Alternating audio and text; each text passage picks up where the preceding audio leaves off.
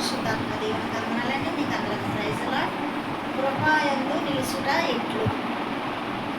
కృప ప్రేమ ఇంచుమించు దగ్గర సవాలు అయి ఉన్నది.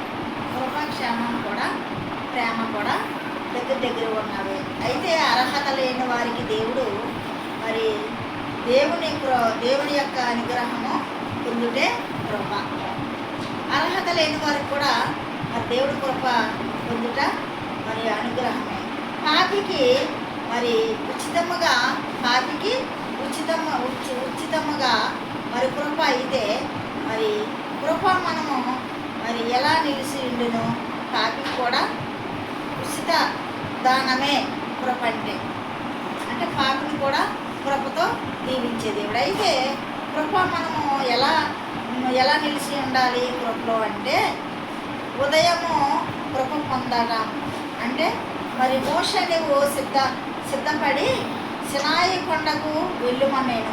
ఎవరినే మోషేను.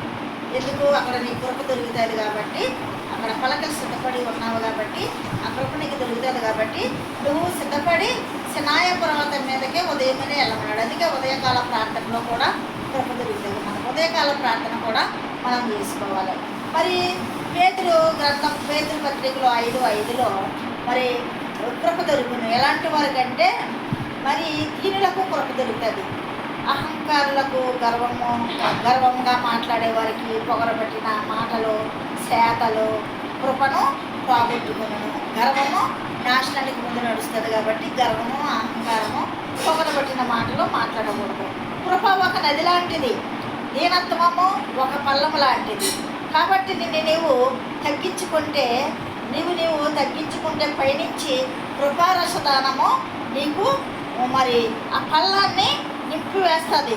దావీదు మరి అనుభవమే మరి మన అనుభవం మారిపోతుంది.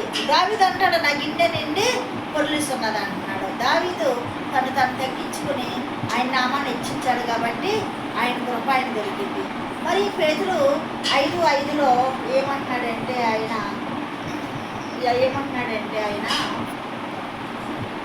అలంకరించుకుని చిన్నపిల్లలారా మీరు పెద్దలకు లోబడి ఉండి మీరందరూ ఎదుటివారి ఎడల దీన మనసు అనే వస్త్రము ధరించుకున్నాడు. దీన మనసు వస్త్రము ధరించుకొని మిమ్మల్ని అలరంకించుకోండి. దేవుడు అలంకారాలను ఎదిరించి దీనులకు కృప చూపును కలదండి. ముందు చెప్పాను కదా, గర్వం అలంకారం పొగరబట్టిన మాటలు మాట్లాడుద్దని.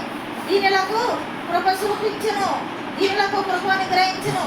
దేవుడు తగిన సమయం అందు మిమ్మల్ని హెచ్చించును. ఎవరైతే తగ్గించుకుంటారో వారిని దేవుడు మరి హెచ్చించి కృప చూపే దేవుడు కాబట్టి ఆయన కృపను పొందాలంటే మనము దీన వస్త్రము ధరించుకొని దీనత్వం కలిగి మరి మనం ఉన్నప్పుడు దేవుడు నన్ను కూడా హెచ్చిస్తాడు. ఈ వాక్యం దేవుడు దీవించుగాక. సబ్స్క్రైబ్ చేయండి, లైక్ కొట్టండి. అన్న మినిస్ట్రీ గురించి మీరందరూ ప్రార్థించండి. ఆమేన్.